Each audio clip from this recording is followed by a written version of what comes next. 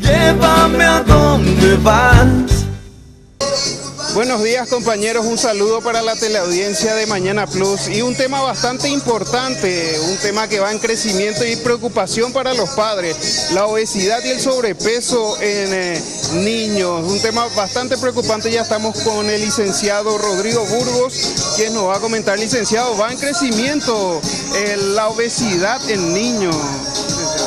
Sí, ¿qué tal? Buen día para todos. Sí, es la tendencia mundial es que va creciendo la prevalencia de obesidad y sobrepeso y ni un país del mundo aún no ha podido revertir esa situación.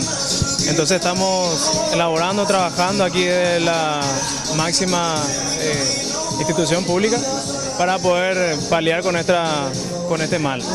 Licenciado, para saber cómo se debe de alimentar un niño hoy en día.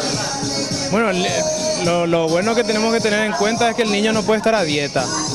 El niño no existe un plan o algo así que acompañe una dieta de un niño, ¿verdad? El niño tiene que comer todas las comidas, tiene que no abusar con los alimentos procesados, con la comida rápida, ¿verdad? Que muchas veces es más rápido darle a un niño un paquete de papas fritas, de yes y cosas así.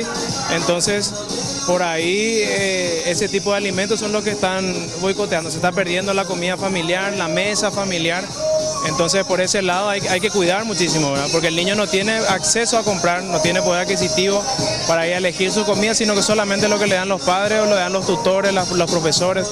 Ahora, un niño que ya cuenta con obesidad, ¿cómo se puede hacer para revertir eso? Y siempre evaluando la condición personal de cada niño, pero es importante que el niño juegue, que el niño se mueva, que el niño cada vez tiene un estilo de vida más sedentario. Los juegos electrónicos, las tablets, la tecnología no está ayudando en este caso, ¿verdad? Pero sí, siempre darle alimentos bajos en grasa,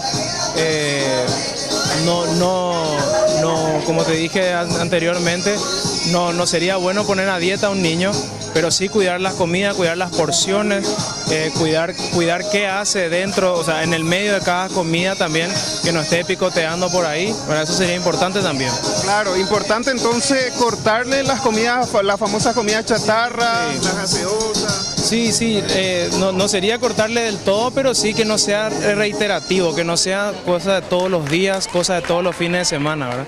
De vez en cuando, una vez al mes, no haría daño que vaya a comer a estos locales comerciales, pero que eso no sea, que esa sea la excepción y no la regla. Los alimentos recomendables. Siempre frutas y verduras, lácteos descremados, ¿verdad? Cereales integrales, que son los cereales de desayuno, pero sin azúcar agregado.